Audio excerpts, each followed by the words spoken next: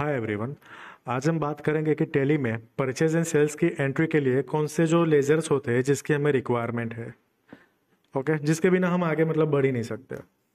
Suppose in case of purchase हम purchase के ledger बनाएंगे, and in case of sales हम सेल्स के लेजर बनाएंगे। And similarly in case of purchase हम जो भी इनपुट टैक्स लेंगे, मतलब input CGST, input SGST, input IGST, उसके भी लेजर्स हमको बनाने पड़ेंगे। एंड सिमिलरली इन सेल्स हमें output CGST, output SGST, output IGST वगैरह के लेजर बनाने पड़ेंगे। और इसमें जो भी टैक्स रेट होगा, सपोज 18% है तो उसके लेजर्स अलग बनेंगे। 28% है तो उसके लेजर्स अलग बनेंगे। 12% है तो उसके भी लेजर्स अलग बनेंगे। 5% के लेजर्स अलग बनेंगे। तो हम ये लेजर्स मतलब मेनली क्यों बनाते हैं? सी, हमारे ट्रांजेक्शन्स एक तरीके के नहीं होते। कुछ इंटरस्टेट होते हैं, कुछ लोकल होते हैं, कुछ SEZ वाले होते हैं, कुछ एक्सपोर्ट वाले होते हैं। तो हम मतलब टैक्स, जो हमारी टैक्स लायबिलिटी है, जो हम टैक्स काउंट करते हैं, वो ऑटोमेटिक हमारे टैली में काउंट होता है। और हम प्रॉपरली बाइफरकेट कर सके एंड प्रॉपर टैक्स काउंट कर सके, इसलिए हमें ये लेजर की रिक्वायरमेंट है। ओके, तो चलिए देखते हैं हम ये लेजर कैसे बनाते हैं।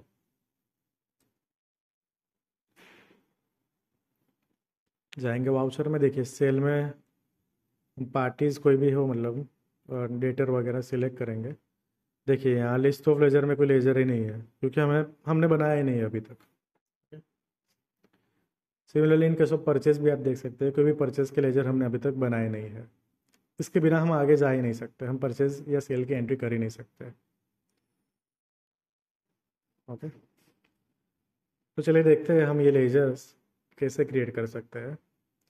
कोई भी लेजर्स या वगैरह क्रिएट करने के लिए हम मास्टर्स में क्रिएट में ही जाएंगे।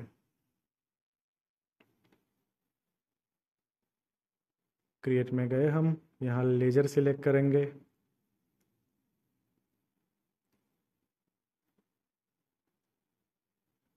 Purchase eight the rate 18%, local purchase मतलब विद इन स्टेट। ओके, यहाँ परचेज अकाउंट सिलेक्ट किया। ये देखिए ये इंपॉर्टेंट पार्ट है। बाहर निकल गया, एक सेकंड। नेचर ऑफ ट्रांजैक्शन जो है वहाँ परचेज टैक्सेबल सिलेक्ट कीजिए। यहाँ टैक्स रेट जो है अपना वो लिखिए। और हम गुड्स, मतलब हम गुड्स का मतलब हम केस हम सर्विस प्रोवाइडर नहीं है तो हम गुड्स सिलेक्ट करेंगे।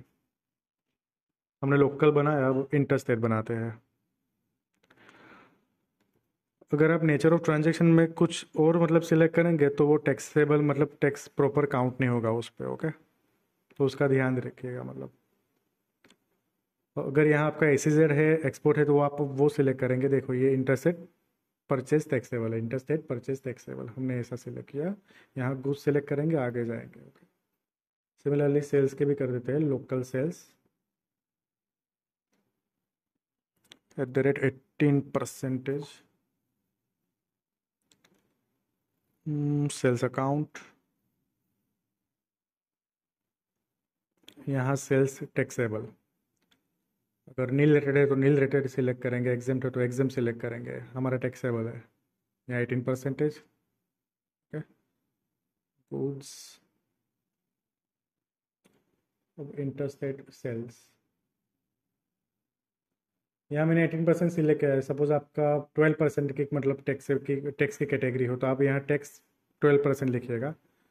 और यहाँ जो टैक्स टाइप है उसमें आप इंटीग्रेटेड में 12 लिखेंगे तो सेंट्रल में 6 आ जाएंगे एंड स्टेट टैक्स में भी 6 आ जाएंगे। अब ये हमारे बेसिक परचेज एंड सेल्स के लेजर यहाँ कंप्लीट हो गए। अब हम जाते हैं टैक्स के लेजर बनाने के लिए। जो भी हमारा input CGST and input SGST, input IGST है उसके ledger. And similarly in case of output taxes, duties and taxes में जाएंगे। GST ये हमारा सेंट्रल का है तो सेंट्रल टैक्स यहाँ लिखेंगे 9%। ओके, अब इनपुट SGST 9%। GST ये स्टेट का टैक्स है तो 9%। अब इनपुट IGST,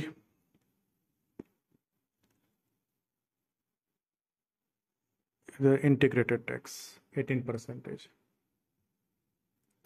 अब आउटपुट के बनाते हैं। आउटपुट CGST 9%,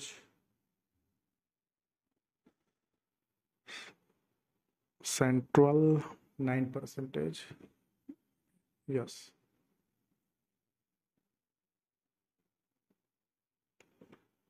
या state, yes, and output IGST 18%, GST integrated 18%, and yes. अब ये जो हमारे लेजर्स थे वो बन गए। चार्ट ऑफ अकाउंट्स में जाके एक बार चेक कर लो। लेजर्स में देखिए ड्यूटीज़ एंड टैक्सेस में आ गए सब, टोटल 6। इधर @ निकाल दूँ तो सब मतलब सेम फॉर्मेट में हो गए।